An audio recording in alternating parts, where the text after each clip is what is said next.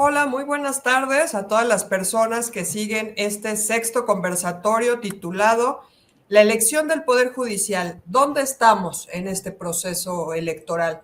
La percepción y la participación ciudadana. Agradezco a la agencia Veritas Vox por permitirme moderar este diálogo. Y bueno, para dar contexto de los importantes temas que vamos a tratar el día de hoy, comenzaré por decir que el INE trabaja arduamente en la organización de este proceso, que todavía vemos a los supervisores y capacitadores electorales, por ejemplo, que están tocando puertas para notificar y capacitar a las personas que serán funcionarios de casilla, que ya se están imprimiendo las boletas que se utilizarán para la elección el próximo domingo 1 de junio en Talleres Gráficos de México, que el INE todavía las candidatas y candidatos, por ejemplo, que vayan a ratificar sus datos de registro, porque como sabemos la autoridad electoral todavía tiene diversos procesos que realizar. Entre ellos, por ejemplo, la conformación del padrón electoral, la gestión de los sistemas informáticos, la implementación de las estrategias de campaña, de educación cívica, de participación ciudadana, la difusión del sistema que se le conoce como Conóceles,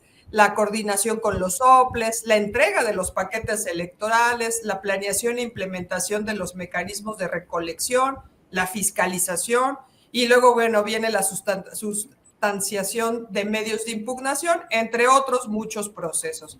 Entonces, como vemos, todavía le falta mucho a esta elección.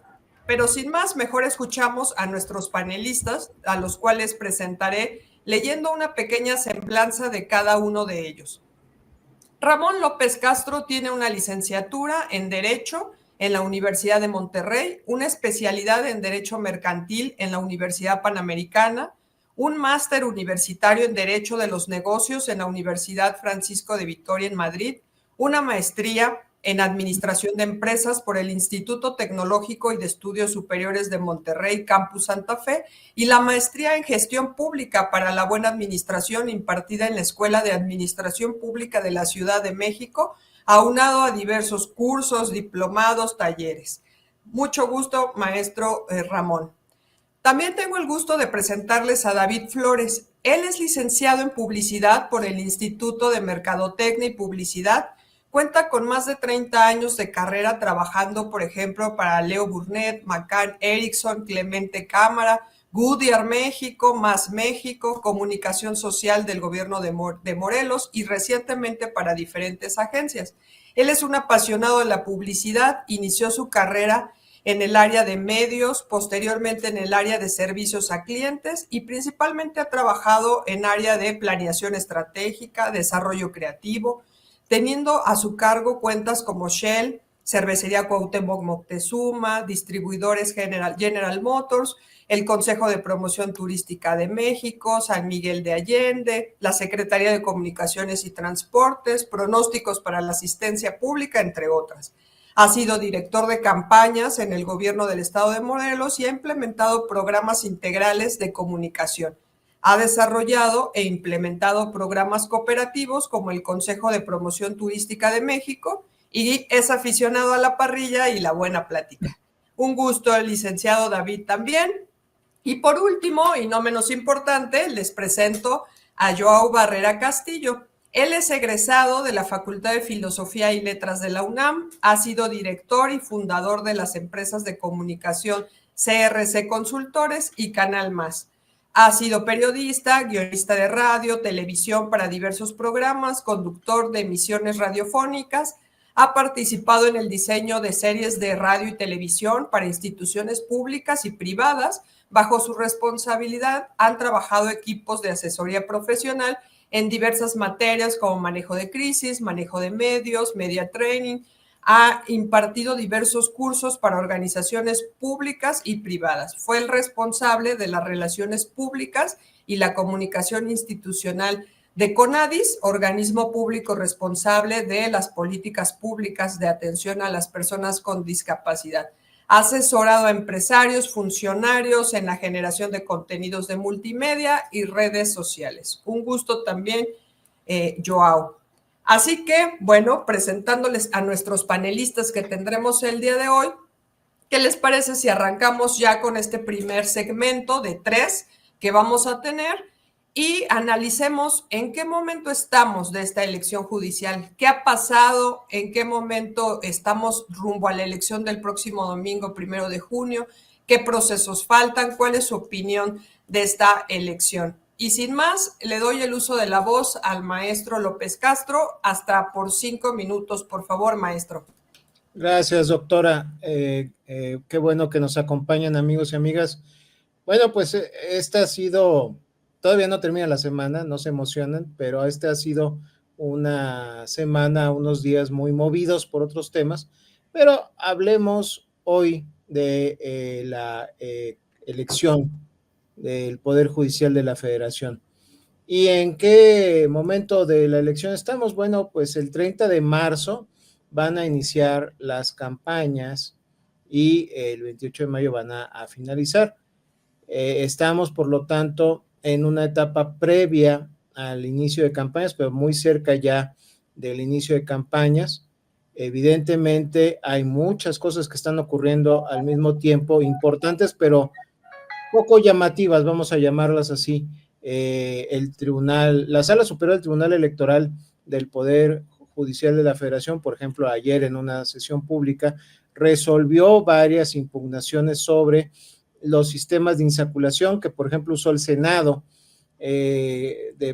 evidentemente, pues con algunas áreas de oportunidad, algunos temas que se deben de solucionar y que el Tribunal Electoral del Poder Judicial de la Federación en vía de juicios de derechos políticos o juicios generales de la ciudadanía o en vía de recursos de alzada que plantea la misma legislación electoral, pues lo ha estado resolviendo y por lo tanto ha estado viendo si hay que modificar en algún caso concreto las listas de los candidatos que ya emitió el INE.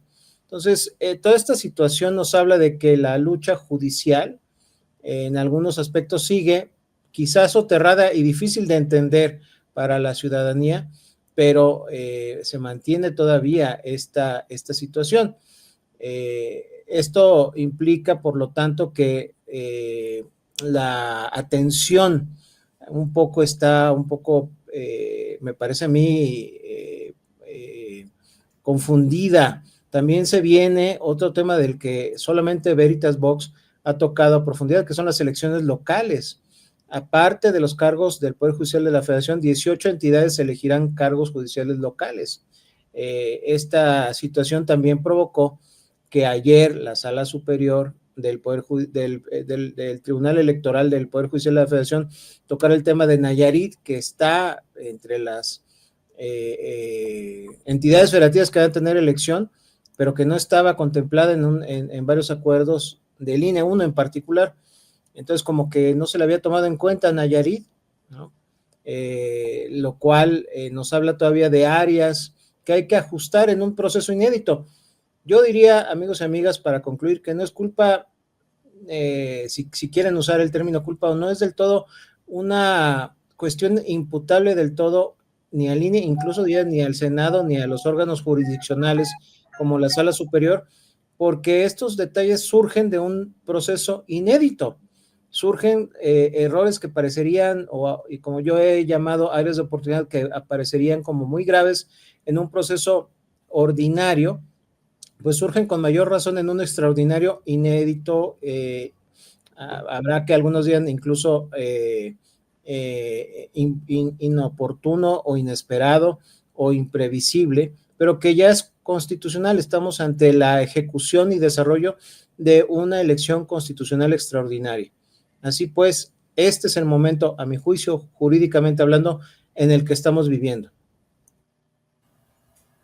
Muchas gracias, maestro Ramón. Si es cierto, como bien dice, el Tribunal Electoral del Poder Judicial de la Federación también tiene un arduo trabajo, no solo el INE, como mencioné, y también los organismos públicos locales, ¿no? Ante un próximo arranque de campañas, no solo del Poder Judicial, sino también locales y electorales de 2 entidades de la República.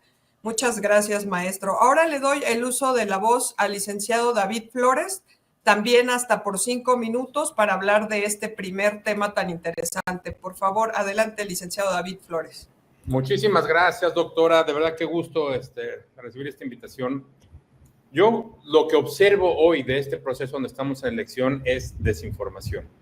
Y lo digo tan claro porque estamos ya en un proceso muy avanzado donde al final del día la percepción o lo que yo percibo de lo que está pasando con este tema es, hay mucha desinformación.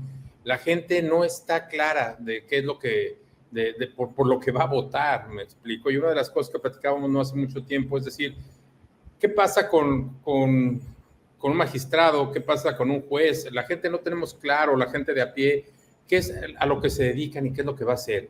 Entonces, me ocupa un poco y me ocupa porque en realidad hemos estado investigando y hemos estado analizando mucho esta situación. ¿Qué va a pasar para votar? ¿No? La gente sabe que va a haber una elección, sabe que hay que cambiar y hay que reformar el Poder Judicial. Sí, pero ¿en función de qué? O sea, ¿qué es lo que está pasando allá afuera que nos está llevando a este movimiento y a esta situación de poder realmente votar, elegir, hacer? ¿No? La gente no tiene claro y hay una intención de participar baja, pero hay un conocimiento alto de decir que es importante hacer una reforma. Estamos a unos días, como bien mencionaba el maestro, de arrancar algo bien importante que son las campañas de todos estos candidatos que hoy están por estos cargos de elección. Y no hay claridad todavía en cómo lo van a hacer, qué sí pueden hacer, qué no. Y entonces estamos en un contexto histórico, un momento inédito, sin embargo, sin claridad para definir qué sigue. Más allá de lo que mencionaba el maestro Ramón, de si Nayarit, por ejemplo, ya estaba considerado o no, pero sí o no está conforme a la ley, que sí es muy importante, pero la ciudadanía hoy lo que ve es todo un proceso en el cual no hay cosas claras, no hay definiciones, no hay formatos, ¿no? Los candidatos están, algunos creo yo, y me atrevo a decir abiertamente, hasta anticipadamente haciendo campañas, cuando dices, ¿qué pasó con la ley? ¿No? El INE hoy está revisando, o ayer empezó a revisar de nuevo si hay ciertos cargos que por ser federales tendrían que tener mayor recursos o mayor participación en función de un tema de medios o de acciones. Creo que estamos viviendo algo verdaderamente diferente, ¿no? Esta parte de la reforma judicial, al final los agarró creo que a muchos por sorpresa, por decirlo así, porque no estábamos preparados tampoco como ciudadanía a enfrentar este tipo de cosas y únicamente hemos venido siguiendo una nota o una narrativa que se ha construido a lo largo del tiempo de que es importante cambiar. Sí, pero creo que en el fondo tenemos que entender exactamente por qué es importante cambiar. ¿Quiénes nos van a representar? ¿Cómo los elijo? ¿Quiénes son ellos? ¿No? ¿De qué manera voy a participar el 1 de junio? Que tampoco está tan claro. Por ahí es, voy a ir, me van a dar una boleta, pero ¿cuántas boletas voy a recibir? ¿Cómo las marco? ¿Qué hago? ¿El conteo quién lo va a hacer? Veo una carencia de comunicación en general en toda esta etapa de la reforma judicial que hoy por hoy no está clara. Y creo que es importante que la ciudadanía, ¿no?, tenga información. Sin embargo, ha sido responsabilidad de la gente que está haciendo todas estas reformas dar esa información que no ha sucedido. Y entonces hoy yo lo que veo es que la gente, pues seguimos únicamente una tendencia y una narrativa en la cual, pues, definitivamente creo que estamos en lo mismo que cuando empezamos. Hay cierto avance, pero no hay claridad en lo que se está haciendo. Yo creo que aquí la importancia también radica en la ciudadanía, en la gente, cómo nos informamos, de dónde nos informamos, porque es importante participar. Aquí hay algo que es verdaderamente importante, que es la parte donde mi voto va a hacer que algo cambie, que algo suceda diferente en este país, como he venido estudiando tantos años. Entonces, creo yo que algo importante es poder hacer algo diferente, aunque sea a pocos días de que este proceso dé otro paso de lo que viene haciendo. Muchísimas gracias, licenciado David. Qué interesante su perspectiva ciudadana sobre esta información o poca información que se tiene, y esperamos que en breve esto se cubra iniciando las campañas y el INE tenga un mayor tiempo de aire y TV para difundirlas y realmente permee en toda la sociedad y se pueda ejercer un voto razonado como se debe. Ahora, ¿les parece? Le doy el uso de la voz al licenciado Joao Barrera también para que nos platique sobre este tema hasta por 5 minutos, por favor. Claro que sí, con mucho gusto. Primero agradecer la invitación a este conversatorio, a Veritas Vox y a los compañeros que están aportando aquí información muy interesante. Bueno, yo quisiera hacer varias reflexiones tratando de responder de cómo van las cosas en este proceso.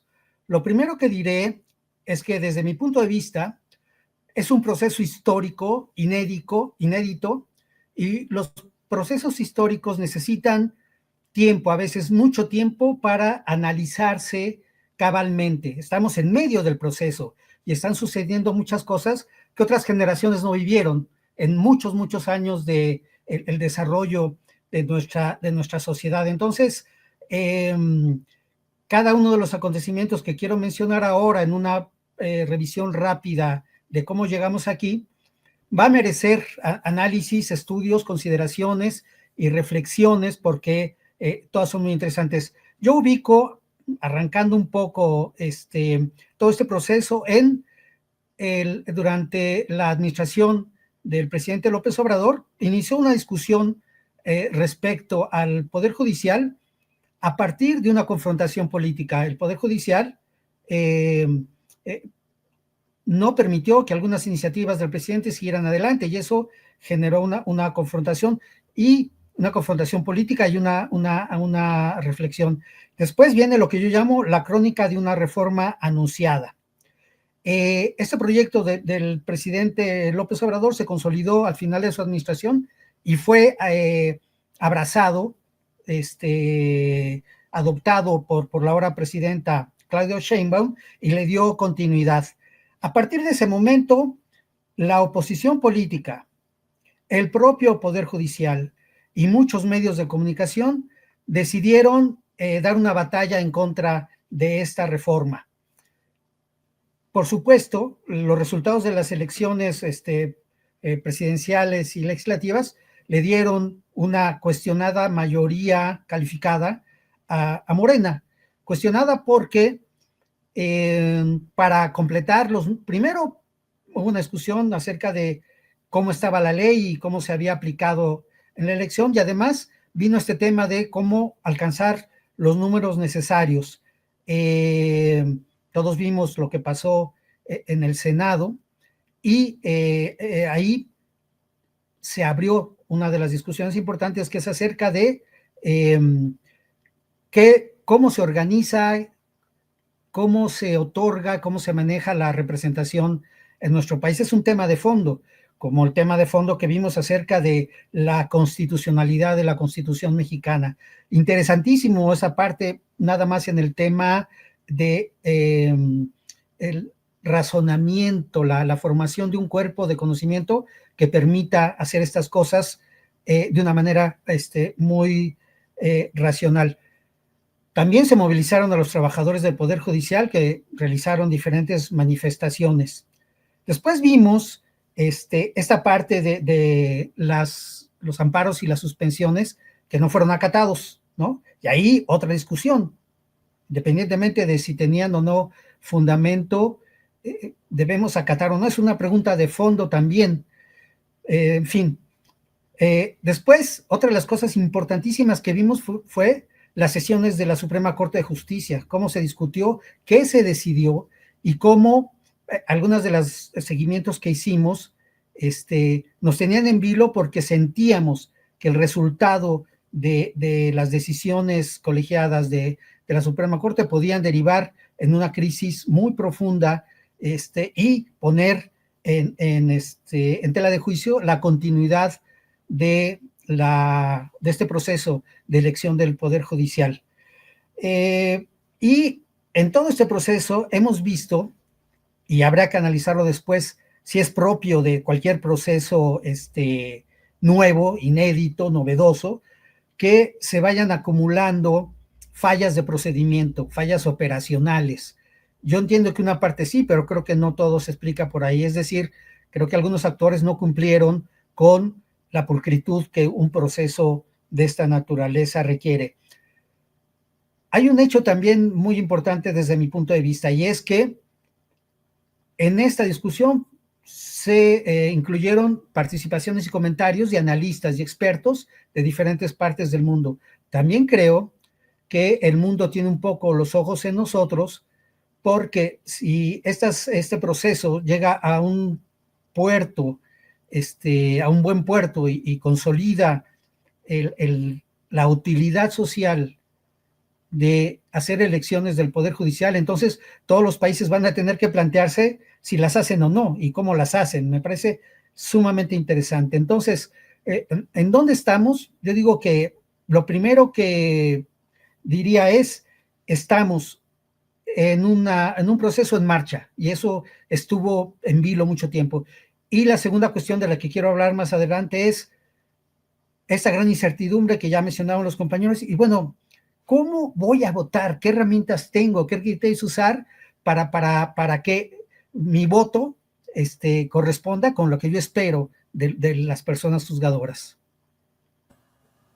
Muchas gracias, licenciado Barrera. Como bien dice, estamos en un proceso en marcha, inédito y muy interesante para el análisis tanto político, electoral, jurídico y hasta del proceso legislativo. Una elección del Poder Judicial, sin duda, donde se están adaptando mecanismos y acciones de una elección tradicional, electoral, pero con otros procesos nuevos y complejos. Muy interesante. Bueno, continuamos con nuestro segundo segmento. ¿Qué les parece para hablar sobre la percepción ciudadana? ¿Qué dicen las encuestas y sondeos? ¿Qué se está opinando del Poder Judicial, del INE, de la elección en sí? Y para ello rápidamente comentaré que en pasados días en diferentes periódicos se han publicado encuestas que arrojan, por ejemplo, que un 56% de las personas están a favor de la reforma del Poder Judicial, pero el 63%, o sea, más porcentaje a favor de las elecciones de jueces y magistrados, pero que sienten que está poco o nada enterado acerca del mismo proceso. O sea, hay mucha... están a favor, pero no desconocen en sí el proceso, lo que bien comentaban algunos de ustedes sobre cómo participo, qué se va a elegir, y bueno, mejor que ustedes nos den esos datos, mejor que ustedes lo platiquen y lo analicen, y nuevamente para ello le doy el uso de la voz hasta por 5 minutos al maestro Ramón López Castro, por favor. Sí, gracias, doctora Amparo. La realidad es que no quiero opinar de un área un tanto ajena, que es el análisis de las encuestas desde los puntos de vista meramente matemáticos, cuantitativos o bien cualitativos. Pero sí me gustaría aportar mi análisis, si lo quieren ver así, desde alguien que ha vivido, sufrido, batallado y trabajado en la judicatura, en este caso en la Judicatura Federal.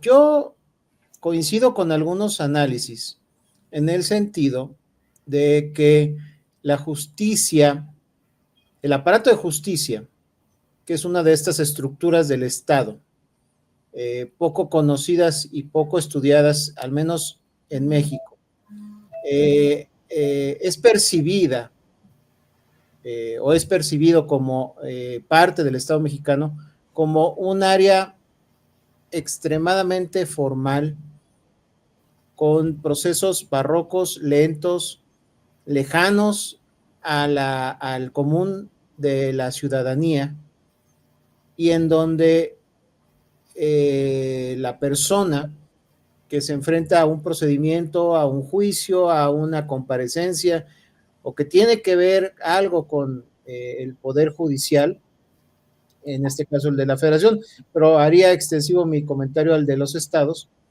pues no entienden qué está pasando, pero tienen la idea de que lo que pasa es algo completo y absolutamente opaco, que puede durar años y que puede terminar con su libertad personal, en el caso de la materia penal, o con su patrimonio. Esto no es casual.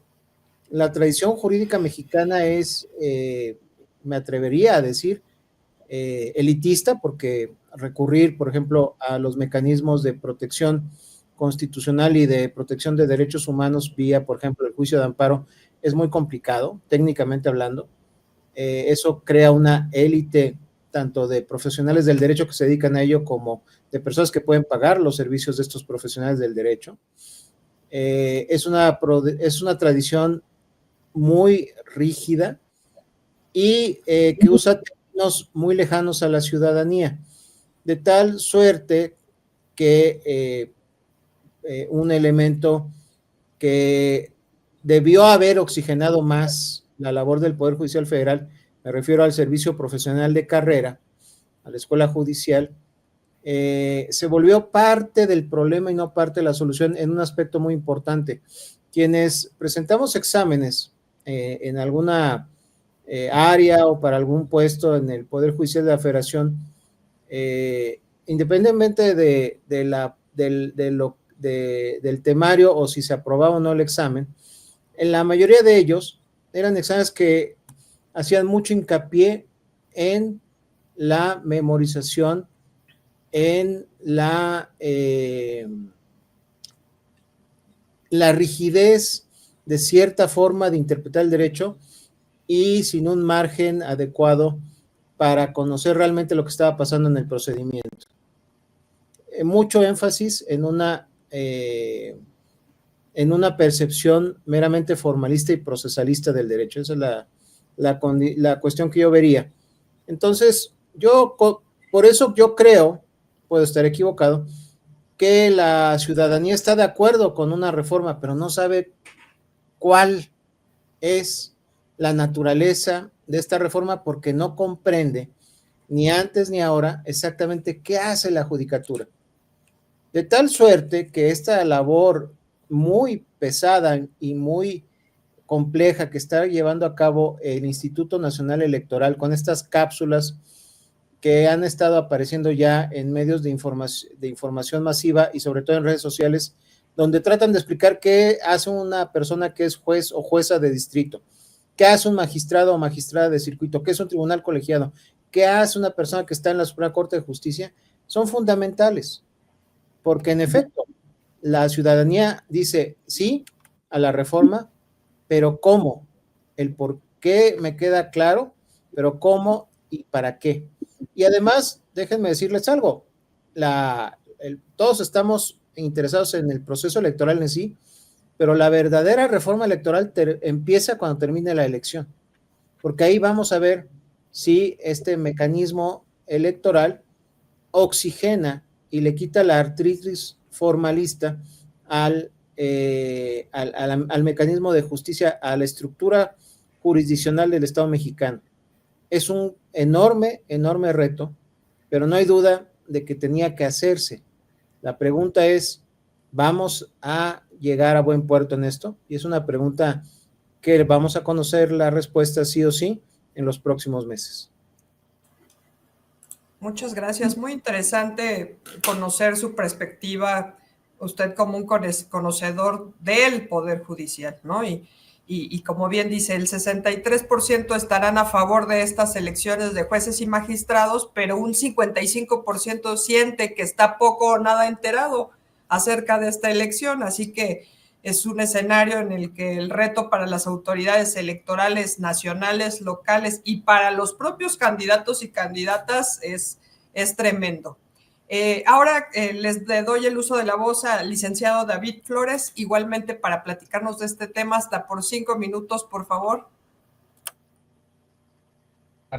Bueno, muchísimas gracias, doctora. A ver, a mí me parece súper interesante hablar de percepción, porque al final del día es lo que es estas cifras o estos estudios que se han hecho a lo largo de esta semana o de estos 15 días, lo que demuestran es una verdadera incongruencia. Perdón que lo diga de esa manera, pero no puede ser que estoy a favor, pero desconozco exactamente por quién voy a votar y qué va a pasar y qué hacen estas personas. Desafortunadamente, hoy la comunicación se ha centrado no en hacerla clara para decir el por qué tendría que haber una reforma, ¿no? Y voy a citar textual una frase que se desprende de uno de los estudios que dice: México exige jueces preparados, íntegros y cercanos a la sociedad. ¿No les parece un poquito ambiguo que esto se desprenda de que México necesita? Cuando se ha construido una narrativa donde la comunicación es decirte lo que yo quiero que hagas, a dónde quiero que vayas y cómo quiero que lo hagas. Creo que ahí es donde hoy estamos viendo el resultado de percepción en toda esta cantidad de estudios, porque finalmente lo que observamos hoy en estas encuestas, que además, leyendo un poco la fuente de estas encuestas, son mínimas las que hacen para un total de población.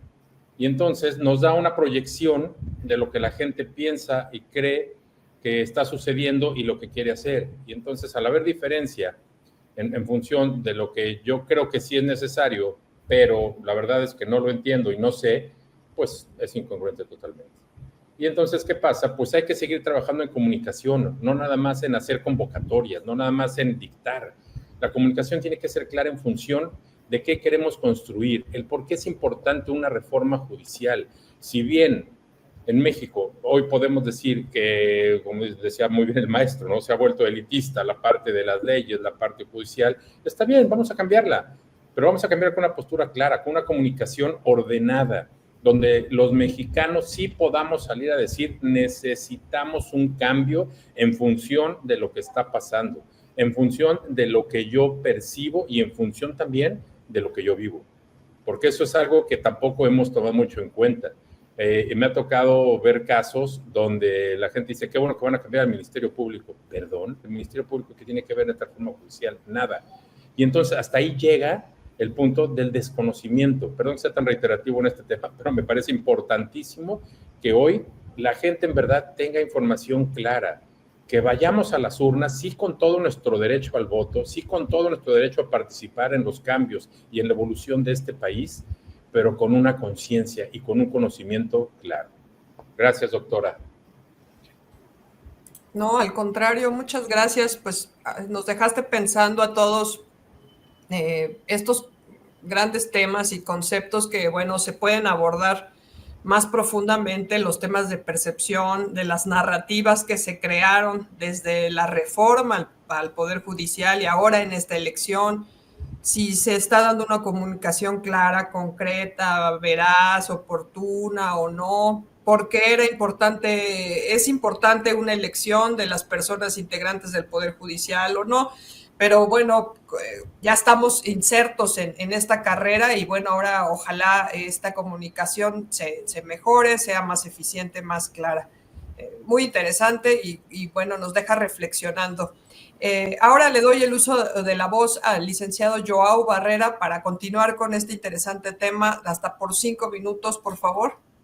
Bien, muchísimas gracias. Yo lo primero que quisiera comentar es que para mí ha faltado información derivada de encuestas, muchas más encuestas con muchos más aspectos de los que hemos podido conocer hasta ahora. Resaltan esos dos datos, una aprobación, digamos que la gente en general está de acuerdo con la elección del Poder Judicial, pero al mismo tiempo un desconocimiento casi cercano al 50% respecto a lo que es el Poder Judicial. Creo que uno de los problemas, es un problema que yo tengo y que comparte mucha gente, es cuál es mejor justicia o no. Si la influencia que puedan tener los intereses políticos van a hacer que las diferentes estructuras del Poder Judicial, cosas como esa, la influencia de los intereses en las decisiones de las personas juzgadoras a diferentes niveles era más o menos patente y más o menos claro. Quienes a nivel de ciudadanos de calle han tenido que enfrentar situaciones judiciales cuando han tenido que ir a tribunales, saben muy bien, y los propios abogados lo comentan, que hay presiones, hay medios no lícitos para influir en las decisiones de los jueces. Entonces, una gran percepción que creo que compartimos muchos es que el Poder Judicial actual, el que hemos vivido hasta ahora, pues sí entró en un curso de pérdida de legitimidad. Hay otros aspectos que me parecen interesantes y he participado en discusiones donde la pregunta es cómo tener jueces bien preparados, justos, éticos. ¿Cómo tener esa clase de jueces?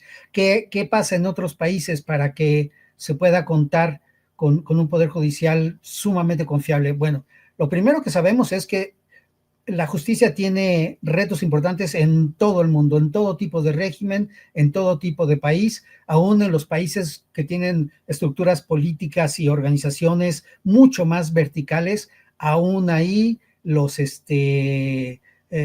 jueces, los magistrados se ven sometidos a presiones de diferente índole.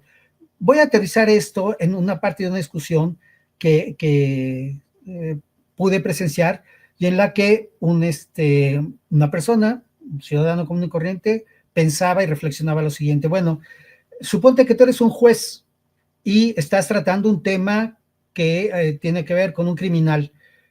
¿Qué haces cuando ese criminal te hace llegar la información de que está amenazada tu seguridad y quizá la de tu familia?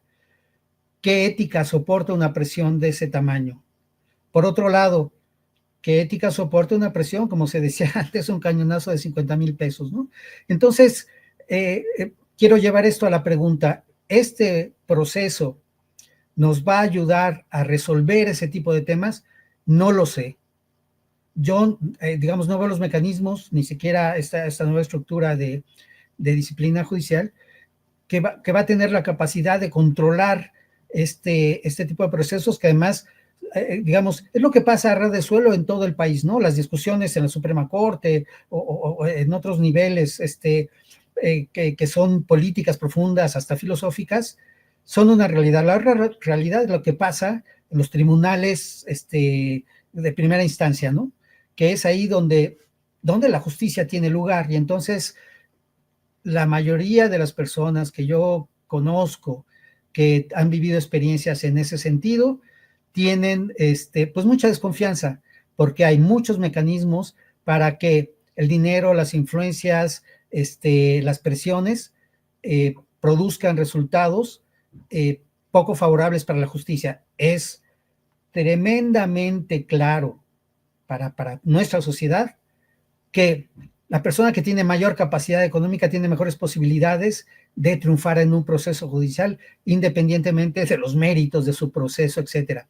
Entonces, yo resumiría diciendo: quisiera ver a muchas más casas encuestadoras haciendo seguimientos, tracks continuos. Quisiera ver muchos otros aspectos investigados a través de encuestas, ¿no? En temas como: ¿ha enfrentado usted procesos judiciales? ¿Ha ido a tribunales y cuál ha sido el resultado? ¿Qué opina de la calidad de los jueces, etcétera? Entonces, y para el propio proceso de esta elección que estamos viviendo, creo que a mí me falta mucha investigación demográfica, ¿no? Porque estos dos datos que se mencionan, que son claros y contundentes, hay una tendencia a favor, pero hay un desconocimiento de qué es el Poder Judicial. Dicen una parte importante de la película, pero a mí me falta mucha información en términos de todos los demás aspectos que están en juego. Muchísimas gracias. Como nos va cerrando el tiempo, continuamos con nuestro último y tercer segmento, ahora para hablar sobre los retos de la participación ciudadana. ¿Cuáles son los retos que tiene el INE, los OPLES, para propiciar que salgan a votar? ¿Qué se está haciendo? ¿Qué debería de hacerse? Y solamente recordemos, por ejemplo, que la tasa de participación en la consulta popular del 2021 fue del 7.11. O, por ejemplo, en la revocación de mandato de 2022, la participación fue del 18. Actualmente, estimaciones del propio INE dicen que para esta elección se espera entre el 15 y 20% de una lista nominal que asciende a 100 millones de mexicanas y mexicanos. Entonces, bueno, es súper importante escucharlos a ustedes. ¿Qué debe hacerse ante este escenario para propiciar esta participación ciudadana? Así que escuchémoslos nuevamente, maestro Ramón López, hasta por 5 minutos, por favor. Gracias, doctora. Sí, yo creo que la situación actual amerita reforzar las campañas de difusión, divulgación y análisis. Para gente muy especializada en el tema, posiblemente lo que está haciendo el Tribunal Electoral del Poder Judicial de la Federación con sus talleres de análisis de sentencias es la mejor manera de enterarnos cómo se va construyendo los precedentes judiciales en materia electoral, en concreto en esta elección judicial, porque esos talleres de análisis que son en línea tratan de sentencias actuales que acaban de ser resueltas por parte, por ejemplo, de la Sala Superior. Por lo que hace al INE, yo me atrevería a sugerir que es importantísimo no solo insistir en la naturaleza de los cargos públicos sometidos a ser votados, sujetos a la elección de voto directo popular, sino también a la difusión de las boletas. Las boletas son un tema, me parece muy delicado de la actual elección, porque son documentos distintos a las que estamos acostumbrados. En ese sentido, yo no sé, reconozco mi ignorancia, si esta elección se va a comportar como una elección de medio término, una elección intermedia, o ante la distinta y muy variada oferta electoral, pues el electorado puede llegar a sentirse saturado. Entonces es importante hacer un seguimiento muy puntual de la información de los manuales, de toda la parte didáctica, para decirle a las personas paso por paso, de la manera más sencilla y llana posible, cómo hay que votar, cómo hay que leer la boleta, cómo hay que estampar nuestro voto, si deseamos acudir a esta elección. Y por último, hay que definir un tema también muy delicado. Es un hecho que los partidos políticos no pueden entrar a esta elección a apoyar un candidato o candidata directamente. Ya hay algunas quejas y algunos procedimientos por actos supuestamente anticipados de campaña, porque tal o cual partido aparentemente tienen tal o cual preferencia sobre algún candidato o candidata. En fin, eso habrá que ver cómo se va desarrollando en tribunales.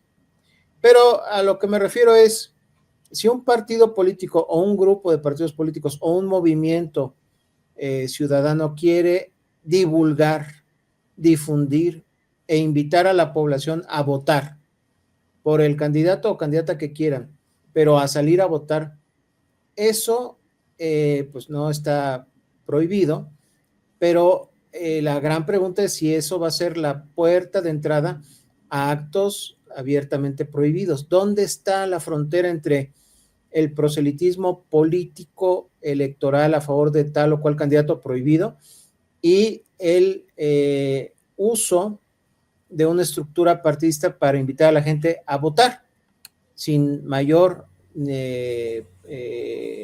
elaboración sobre la preferencia? ¿Es viable esto en los hechos?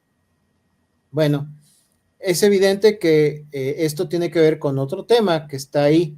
¿Cuál es la ideología de los jueces? Este es un tema súper complejo, que no me da tiempo para abordar, pero los jueces, como cualquier ser humano, tienen ideología y tienen preferencias políticas, y la interpretación del derecho depende no solo de la norma jurídica legislada o de la jurisprudencia, sino de estos sesgos cognitivos o ideológicos que tienen los jueces, a veces abiertamente.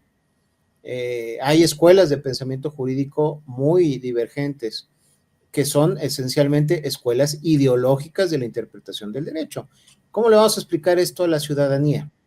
Entonces, todos esos son desafíos que hay que abordar y resolver de una u otra manera, o ver cómo se comportan en la vida real, y no va a haber mucho tiempo para ello. Entonces, pues estamos, me parece, ante uno de los grandes campos de pruebas del derecho a nivel mundial, y no se diga a nivel nacional, y creo que esto va a definir no solo los puestos en la lid, en la justa electoral, sino la manera en cómo vamos a hacer derecho, cómo vamos a interpretar las normas, cómo se va a ejercer el derecho y se va a vivir el derecho en nuestro país. Muchas gracias, tiene toda la razón, muy buenas preguntas, ¿no? Ante una elección inédita donde se han hecho al camino, pues leyes, protocolos, que hay algunos vacíos, ¿no? Por ser inédita esta elección, y preguntarse quiénes van a participar o intentarán participar en la promoción de esta elección y cuáles serán los límites legales. Por ejemplo, los partidos políticos, hasta dónde van a querer influir en esta elección. Muy, muy buena pregunta y ya lo iremos descubriendo. Tiene el uso de la voz, por favor, el licenciado David Flores, también hasta por 5 minutos. Adelante. Muchísimas gracias, doctora. Qué interesante escuchar al maestro Ramón con todo este conocimiento de leyes. Me encantaría que alguien, en verdad, maestro, pudiera traducir a términos de comunicación, y me encantaría hacerlo yo, por supuesto, y me propongo, explicarle a la gente. Lo decía él muy bien, hay que explicarle a la gente de qué se trata, hacia dónde nos lleva, por qué es conveniente, ¿no? Y cuáles van a ser los resultados. Al final del día tiene que haber un objetivo de hacer todo esto, y eso tiene que quedar claro. Cuando decimos que tiene que haber un objetivo es porque tiene que ser medible, tiene que ser tangible, si no es una muy buena intención. Y hoy México no está para buenas intenciones ni para situaciones de que creemos que puede suceder algo. Hoy México está en una coyuntura verdaderamente importante y alguien tiene que salir a decir en qué estamos y hacia dónde vamos. Y el proceso importante es comunicación. Lo que se ha construido hasta el momento se han ocupado de decir que no hay presupuesto, que no se puede hacer, las limitantes, X situaciones. Sin embargo, creo que eso nos lleva a un gran reto. La gente que trabajamos en comunicación, cuando nos dicen no se puede, es el reto. Porque entonces vamos a encontrar la forma en cuestión comunicación, más allá del presupuesto, en una cuestión de concepto, de estrategia y de creatividad, para decirle a la gente el cómo sí. Y que ese mensaje que queremos dar permee hasta el último punto de la ciudadanía. Y que todos tengan claro qué está pasando y qué va a pasar y cuál será el resultado si participan. Hablábamos hace rato del porcentaje de participación. Hablar de 100 millones de mexicanos es muchísimo. Y que participe un X porcentaje, como lo estaban estimando, me parece triste. Me parece triste porque este país da para más, en cuestión de participación, en cuestión de voluntad. Y creo que uno de los puntos importantes es dejar atrás la narrativa, ¿no? Y estas convocatorias en lugar de comunicación y estos dictados de lo que se tiene que hacer para construir, para que en verdad este país pueda ser ejemplo, como lo mencionaba Joao, para que este país pueda ser ejemplo de ese cambio, ¿no? De ese total cambio de switch, de decirle a la gente, este es el camino para que todo mundo tomemos decisiones y tomemos el control de nuestro país. Los cambios no vienen de colores, partidos o personajes, vienen desde nosotros. Y el primer cambio que yo le diría a la gente que tenemos que hacer es dejar de pelear entre los mexicanos. Somos mexicanos, somos seres humanos y somos gente que estamos trabajando por nuestro país a diario. Y eso es lo que nos va a llevar a un verdadero cambio. No peleando, no polarizando, entendiendo e informándonos claramente de dónde estamos y hacia dónde vamos, es lo que de verdad nos va a llevar a un cambio verdadero. Gracias, doctora. No, al contrario, muchas gracias.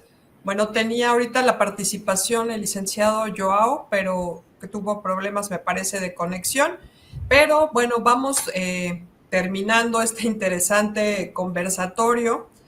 ¿Les parece que vayamos a esta reflexión final, a estas conclusiones sobre los 3 temas que creo que han sido muy importantes, tanto la participación ciudadana como la percepción ciudadana de esta elección y en qué proceso estamos, qué retos todavía faltan por superar? Y bueno, el día de, ¿no? Aunque no es el tema de hoy, pero ese día, el día de la elección también cómo será, si saldrán a participar o no, los partidos intentarán meter la mano, votarán por uno, lo que decía la ideología de los candidatos. Ese nos da para otros conversatorios más, pero les pido por favor 2 minutitos nada más para esta reflexión final, y les parece que ahora empecemos al revés, empezamos con el licenciado David Flores y después con el maestro López Castro, por favor. 2 minutitos. Wow. Bueno, muchísimas gracias. Yo te diría que la reflexión final para mí es decir que en este país no hay víctimas, hay voluntarios, y dejemos de participar en aquello que no estamos de acuerdo. Tenemos que, en verdad, informarnos, tenemos que tomar decisiones y tenemos que ser conscientes de nuestros actos. Creo que México merece más de lo que hoy estamos viviendo en función de la información que tenemos. Busquemos información, defendámonos de la infodemia, defendamos nuestras posturas con claridad, con conocimiento, hagamos que las cosas sucedan desde nuestra perspectiva y para nuestro entorno. No podemos ser tan individualistas hoy en decir esto es lo que quiero y esto es lo que yo creo, sí, pero ¿cómo replico eso para el bienestar social? Donde en verdad haya una contribución más allá de las creencias, más allá de los colores y más allá de los partidos. Yo creo que hoy una gran reflexión sería decir, vamos adelante, vamos con los cambios, subámonos a la ola, pero hagámoslo en función y con base en lo que realmente este país necesita. Gracias, doctora. Muchas gracias, David. Y ahora le damos el uso de la voz al maestro Ramón, por favor. Bueno, para terminar, yo diría, hay muchas cuestiones que van a seguir causando discusión, sanos análisis que están por resolverse, que vamos a ver cómo funcionan ya en la práctica, y hay algunas cosas que ya están definidas. Creo que es muy importante toda esta discusión y toda esta labor que hizo el INE en su Consejo General sobre la confirmación de que los consejos electorales distritales se va a realizar el cómputo de estas elecciones y que estas entidades son finalmente también parte del esquema ciudadanizado o dado a la ciudadanía por parte del INE. Esta votación de 6 votos a favor y 4 en contra del Consejo General del INE, donde se aprueba un tope de 220,300 pesos, 220,320 y algo de pesos como gastos personales de campaña para todos los cargos de elección judicial, que creo que son como 3,500 pesos al día o algo así. Esto es mucho, es poco, está de acuerdo a una elección que no tiene financiamiento público, donde no están los partidos políticos, donde los gastos de las candidaturas se van a cubrir con recursos personales. Habrá que verlo. Hay una definición sobre el tema de cómo van a estar las boletas. Hay una serie de definiciones sobre cómo se van a tener que leer las boletas, que falta mucha promoción, pero ahí está. Y como nota curiosa y chusca para mí, pues incluso salió en la sesión del Consejo General de Línea de ayer un término nuevo, el de influencer jurídico, ¿no? que surgió en la discusión y que me pareció sumamente simpático y extraño, porque pues nada más eso nos faltaba, que hubiera influencers jurídicos. ¿Cómo van a ser regulados y tratados y qué tipo de vigilancia va a tener el INE sobre estas personas? Entonces, ¿quién lo hubiera dicho? Influencers jurídicos.